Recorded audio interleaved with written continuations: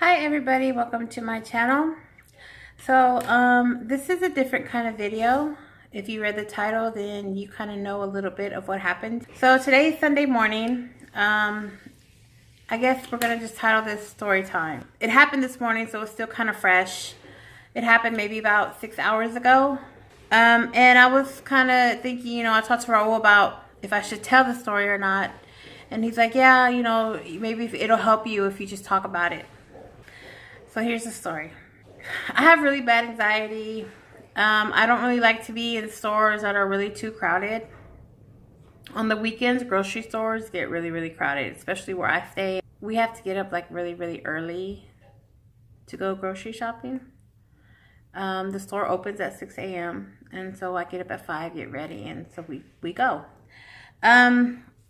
We got there around 5:40. And right next to the grocery store is a McDonald's. And I was like, oh, I feel like some coffee. So I get out of the drive-thru and I look to my left and I see a body. I see a truck and I see the door open and I see a body just laying there flat on his back. And it's a male. And I thought maybe he had fallen. He was a bigger gentleman. He was almost like 400 pounds, like a really big beer belly. And I was like, oh no, I was like, call 911. I told Raul, call 911, because I'm driving, he's in the passenger side. I'm like, call 911. And I grab my phone from him and I jump out the car, and he doesn't see because he's on my passenger side and he's looking forward, so he doesn't see what's on this side. And so when he sees me get out of the car and go towards that guy, he gets out the car and he sees him. He gets out the car and he's like, oh, And it's raining because I don't know if you know, but right now in Texas, it's Hurricane Harvey. We don't live too close to the coast, but we live close enough for it to be raining 24/7 right now. So my husband had the umbrella and he's standing over the gentleman. And as soon as I walk up on him, he's blue, he's purple, he's not. He was a white gentleman. He was not pink, he was not beige, he was blue, he was purple. And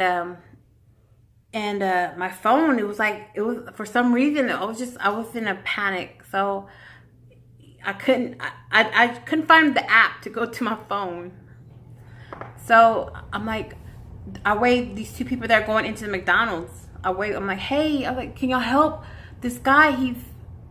He's knocked out. I don't know what's wrong with him. Call 911. They just come. They look at him and then they walk away. And so I finally get 911 on the line, and I explain to her that there's a gentleman that is laid flat in the parking lot. I give her the address, and then she goes on to ask me questions, of course. And at this time, Raul was just like, hey, sir, do you need help? And this guy, he's just like, his eyes are open. He's just so still, laying flat like this. Like that, like back. And he's like this. He's doing this with his mouth. And he did it like 3 times. And Raul's trying to talk to him, and the lady tells me, you should, she asked me, does he have asthma? And I'm like, I just told you I don't know this man. He's on a parking lot.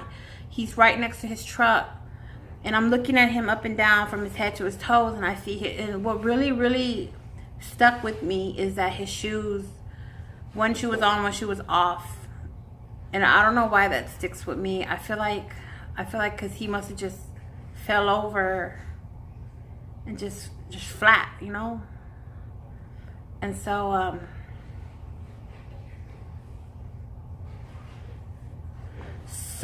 the lady tells me,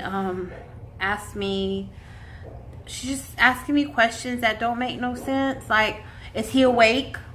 And I'm like, I don't know if he's awake. His eyes are open. Because in my thought, I'm like, when someone's sleeping, they're sleeping peacefully. Do you know what I mean? And I do know people that have their eyes open when they sleep. So I'm like, I don't know if he's sleeping. His eyes are open.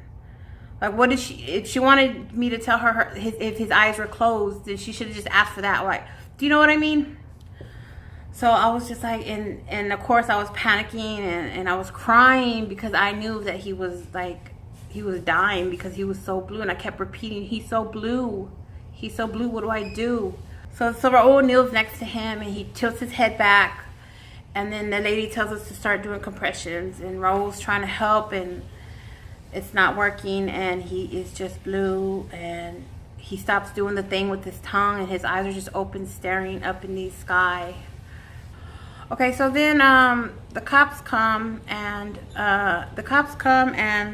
they tell us to get out of the way. We get out of the way. And I'm just kind of standing there. Me and Raul were just standing there. And I turn to look at inside the McDonald's and everyone's standing there in the window going like this. And the two people that I asked to help, you know, to help him, they're sitting there right by the window eating their breakfast like it's fucking popcorn. It fucking disgusted me. Those two human beings, they're fucking disgusting. That's the only word I have for those two pieces of shit. So I was standing there and I was just like crying, and me and Raul were kind of just hugging each other, and then I started thinking about how he left the world with two strangers standing like over him, not knowing what to do, one panicking on the phone. I feel guilty about it. And Raul was like, you shouldn't feel guilty because you helped him. You were not like those two pieces of shit that didn't care about him. The thing is I feel guilty because I was too scared to hold his hand. And I feel guilty because I was too scared to give mouth to mouth. So I feel really, really guilty about it. And I didn't get his name. They got him. They came finally. By the way, when the cops came, the operator's like, don't let the cops do it. Don't let the cops give him CPR. They don't have no training. I was like, in my head, I'm like, bitch, I don't got no training. And you're telling me that if I don't do the thing you're telling me to do, he's going to die. His life is in my hands. Do you know what I mean? Like, that's so crazy that she said that to me. And when I came home, I kind of broke down and I was like, I broke down because it was traumatizing, but because I just keep repeating what she was saying to me. She kept saying how his life was in my hands. Like, if I don't do something now, then he's going to be dead. And I just kept saying, when we got home, I was crying. I kept telling her, oh, he was blue when we saw him, right? He was blue. He was already gone. And I think that moment that he was doing this, I think at that moment, those were his last breath, because that was the last time he even moved, was just his tongue, and that was it. And I feel really guilty because I feel like I didn't help. But Raul says I did, but I felt like I didn't. And like I said, I feel like he died alone. Like, there was someone out there in this world that probably loved that man, and he died with two strangers looking over him.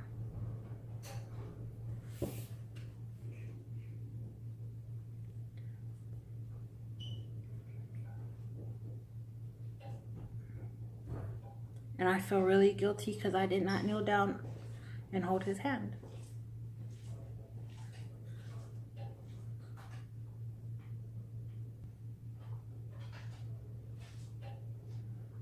So that's what happened this morning.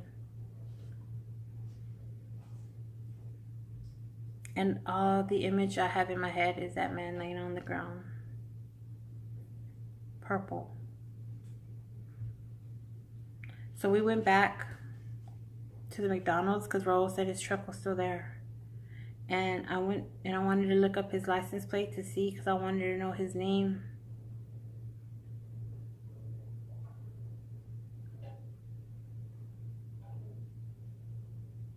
Because I wanted to know his name so that I could pray for him.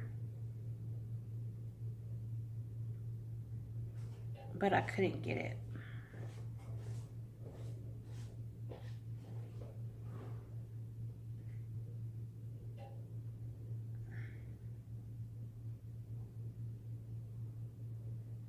The cops said that they didn't know who he was either. And they took my name and my address and my phone number. So I hope that they found out who he was, and I hope that